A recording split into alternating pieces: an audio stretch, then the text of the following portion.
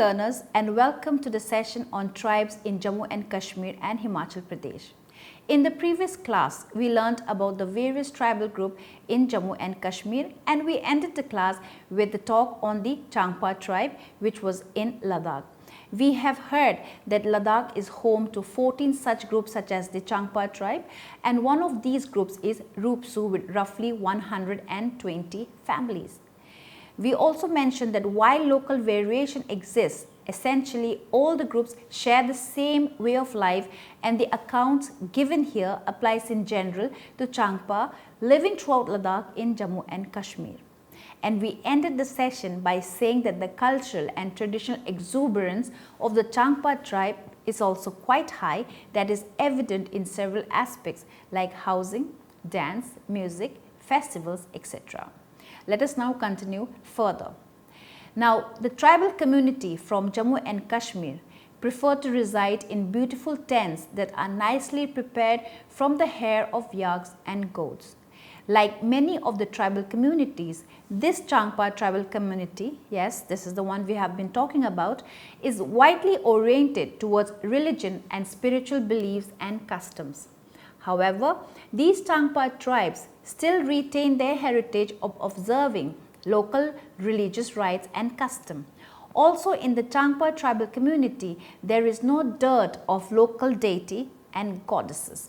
Now, to continue further, it is important to mention here that there are many members of this Changpa tribal community who have been converted to other religion like Buddhism. There are few among them who have converted to Muslims and celebrate the festival of Ramzan and Eid with reverence. The followers of Tibetan Buddhism mostly belong to the Drukpa or the Red Hat sect. It has become a tradition for each of the family to send one son to a monastery to become a monk. They accept unquestionably the Buddhist cosmic scheme of a world hierarchically structured in 3 tiers. The uppermost level is inhabited by the gods, the lowest by spirits of the aquatic and subterranean world. Now, people and animal, according to them, live between the gods and the spirits in a world which is also inhabited by demons. The 3 worlds of the Changpa are categorized in terms of colors: white for heaven, red for earth, and blue for the aquatic and subterranean world. For the Changpas, their livestock are sacred animals presented to them by the gods, and the family selects animal to represent the 3 hierarchy. The selected animals are often males and are selected on the basis of their strength and color. Strong animals with well-shaped horns are preferred in the selection process. The Changpas use that animal to invoke the blessing of gods. Now, wealth for the Changpas means sheep, goats, and yaks, both male and female. Till recently, almost all the Changpa kept a large herd of sheep and goats, the better off owning more than 1,000 animals. Now, the number of goats was less than the number of sheep. This was because they could exchange wool with grain brought up by traders from villages in Ladakh's lower valleys, that is the Janskar or Himachal Pradesh. Now, the selected animal reminds the people of the presence of the gods, the demons and the spirit, the 3 hierarchy that we talked about. They show their respect to the gods and the spirits by burning incense sticks and praying to the selected animals which are considered to be sacred. At the time of the annual prayer festival, they are brought before the Rinpoche of the monastery, who blesses them, offers each of them a ceremonial white scarf, and ties a religious thread around their neck. Special reverence is shown to these animals at the time of shearing wool and combing the pashmina. These sheep and goats are never killed or sold to butchers, and loads are seldom put on their back. While they eventually die, young ones are selected to take their place. Now, the transition is effected by tying a tuft of wool or hair from the deceased animal onto the back of the newly consecrated one. The Sino-India War has displaced many of the Changpa tribes and they lost the traditional pastures as a large part of their land was absorbed by the Chinese from India. Now, this and other socio-political developments have had an adverse impact on the livelihood of the Changpa tribes. Now, having talked about the Changpa tribes in a little bit detail, let us move towards the Brokpa tribe in Jammu and Kashmir. Now, the Brokpa tribal community of Jammu and Kashmir is mainly concentrated in several places like Dras. Also, it is spelled as Dras, that is D-R-A-S-S. Now, in this Dras valley in the Ladakh ranges. Moreover, this tribal community has also been settled in different parts of all over India. Brokpa tribal community is considered as one of the scheduled tribes of the Indian territory. The origin of the Brokpa tribal community has got a rich history behind it. According to the anthropologists, these tribes are supposed to be the offspring of the Dards of Chillas in the Gilgit region. Now, cultural exuberance of this tribal community is also depicted in numerous elements like exquisite dresses, ornaments, festivals and fairs. What is also interesting is to note that Brokpa tribal communities follows the cultural and ethnicity of the Aryans. The Brokpa males wear a large woolen dress held at the waist by a waistband. Woolen pants and a headgear constituting of a turban are some of the important dresses of the Brokpa males. Brokpa females deck up themselves in loose gowns. The language of the Brokpa tribal community is popularly known as Shina. Now, there are some people of this Brokpa tribal community who also have fluency in the Balti region that we talked about in the previous session for communication. Brokpa of Dahanu, Dokshat, Kyango are the alternative names which are given to the Brokpa language, which also belongs to the famous Indo-European language family. Just like many other tribal communities, this Brokpa tribal community carries on several occupations like husbandry, agriculture and allied occupations in order to meet their day-to-day requirements. Now, the Brokpa tribal community has developed orientation towards religion and also spiritual beliefs. Quite a number of tribal communities of the Brokpa are the followers of Buddhism and Islam. Apart from these, a multitude of local traditions and customs have also been developed. Now, we have talked a lot about Jammu and Kashmir and the tribes within Jammu and Kashmir. Now, I would like to turn your attention to some of the interesting facts within Jammu and Kashmir, and that is the Tribal Development Administration in Jammu and Kashmir started in an official way after the Constitution Scheduled Tribes Order 1989 was issued on 7th of October 1989 that declared 8 communities in the state as the scheduled tribes. And who are the 8 community? Well, namely they are Balti, Beda, Both, Boto, Brokpa, Drokpa, Dard, Sheen, Changpa, Gara, Mon and Purikpa. All these tribes that were declared as the scheduled tribes belong to Ladakh region of Jammu and Kashmir.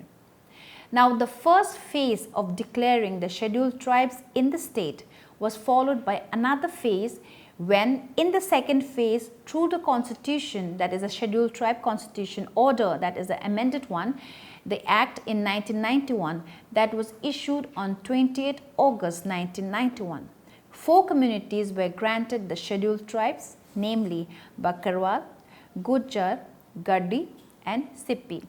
This was the beginning of the Tribal Development Administration in Jammu and Kashmir, but the whole phase of struggling and mobilization of tribals to be recognized as the scheduled tribes is also essentially a part of the tribal development process. Now, Ladakh division is culturally, ethnically and geographically distinctive from other 2 regions of the state, that is namely Jammu and Kashmir Valley. It is strategically important but has remained as one of the backward areas of the state. In Jammu and Kashmir, there wasn't a Department of Tribal Affairs till April 2015. And when we talk about the different tribes which have been appointed or which have been scheduled as a scheduled tribe, not having a Department of Tribal Affairs was a very important aspect. So they, as mentioned, they did not have the Department of Tribal Affairs till April 2015. Now, tribals of Jammu and Kashmir were for a long time demanding a separate ministry for tribals to have a proper development of the scheduled tribes. And as mentioned, this is important because when you have so many scheduled tribes that has been approved or recognized by the government, and when you don't have a proper department for tribal affairs, then the issues of the tribal development or education and any other such issues have to be heard, and so for that they definitely need Department of Tribal Affairs. Now, Gujars have been vehemently striving for this ministry as well. Now, the Gujar, Bakarwals, Gaddi and Sippi, the four tribal communities outside the Ladakh region, also don't have any decentralized administrative framework like the Ladakh Autonomous Hill Development Council. Now, it was in 2015 when a desperate attempt was made and a separate Department of Tribal Affairs was created by the government. The department was allotted subjects under the business rules, and these were number 1, Tribal Affairs, and number 2, Jammu and Kashmir Advisory Board for Development of Gujars and Bakarwals. Now, it took almost 16 years after 12 communities were granted scheduled tribe status to have a separate department for tribals in the Secretariat. Directorate of Tribal Affairs is the office of the executive head of the Ministry of Tribal Affairs there. Now, what are the major areas of operation? We have talked about the Department of Tribal Affairs and what is the major areas of operation there. Let us know about it. Now, the major areas of operation there are number 1, to design and implement various schemes and programs to address problems in development of tribals in the state. Number 2, coordination with various departments to improve efficiency of implementation of various programs for tribal development, and also to see that all these programs reach to the one who is indeed needing that same. Number 3, ensure proper monitoring of development programs and suggesting mid-course correction wherever need is felt. And number 4, regular and periodic evaluation of implementation of various tribal schemes and programs. Now, all these emphasize that the tribal affairs, the tribal problems, the tribal issues, the tribal programs, the policies have to reach to the tribal, and this operation is being made more authentic by setting up this department.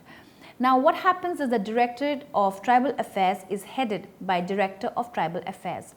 There are 2 deputy directors, one for Jammu division and the other for the Kashmir division. Now, after having understood more and more about the tribals within Jammu and Kashmir, let me share with you more facts about Jammu and Kashmir. Just as a recap, because we have talked about so many tribal issues, their culture, their customs, their cuisine, their practices, the kind of religion they have been practicing also. So in all the myths, I don't want you to forget anything that we have said important. So let me just go through and have a small recap of what we did. Now, we started with the tribals of Jammu and Kashmir, and we also mentioned that Jammu and Kashmir is a land inhabited by various tribal groups. We talked about the Bakarwals, we talked about the Brokpa, we even talked about the Changpa, among many other tribes. Now, these tribal groups are spread in almost every corner of the hill state, making its culture and tradition more rich and colorful. Now, we also mentioned about Dogri as a major language under 8th schedule within Jammu and Kashmir. Now, the present Jammu and Kashmir region is inhabited by several enormous tribes like the Dogras populating in the plains. Now, this is one such tribe that we also mentioned. Also, the Paharis of the hills and the nomadic mountain dwelling tribes of the Gujars have been talked about, but about the Gujars we'll also learn about them in the tribes of Himachal Pradesh. These tribes of Jammu and Kashmir make up the authentic and characteristic ethnic culture of this primeval states and its tribal culture. Now, the scheduled tribe list of Jammu and Kashmir that we discussed are as follows, and I am just revising it with you so that you remember it and do not forget it. The first one is the Balti, second is Beda, Bodo, Brokpa, Drokpa, Dara, Shin, Changpa tribe, Gara tribe, Mon, Pujpa, Gujjar, Bakarwal, Gardi and Sippi. Bakarwals among the tribal population of Jammu and Kashmir mostly depend on forest land for their livelihoods and shelter, and most of them don't own any land. They do not own any land or shelters. We even discussed that Bakarwals are goat herds or shepherds, and they also tend to the goats and the sheep. Now, according to 2011 census, scheduled tribes form approximately 11.9% of Jammu and Kashmir's population. Jammu and Kashmir is the only state in northwest India to have a considerable share of the scheduled tribes in its population. In 2011, nearly 15 lakh scheduled tribes have been counted in the state in its total population of 1.25 crores. The scheduled tribes thus form approximately, as mentioned, 11.9% of the entire population. Now, the scheduled tribe population of Jammu and Kashmir is even more predominantly Muslim than the total population of the state. Of approximately 14.93 lakhs scheduled tribes counted in 2011, around 13.20 lakhs of the population are Muslims. They have a share of approximately 88.4% in the scheduled tribe population, and the share of Muslims in the total population is around, on an average, 68.3%. Now, before we end the session, I would like to talk to you what we have done. We did talk about the tribals in Jammu and Kashmir. I gave you the name of the various tribal population that have been recognized in Jammu and Kashmir. We even looked at the Bakarwal tribes, the Balti tribe, their culture and religion. And we also talked about the Dogra tribes and their religion, art, marriage, rituals, among many others. We also discussed the Changpa tribes and the Brokpa tribes in detail. And now, with this session, I hope you had a good learning experience. Thank you.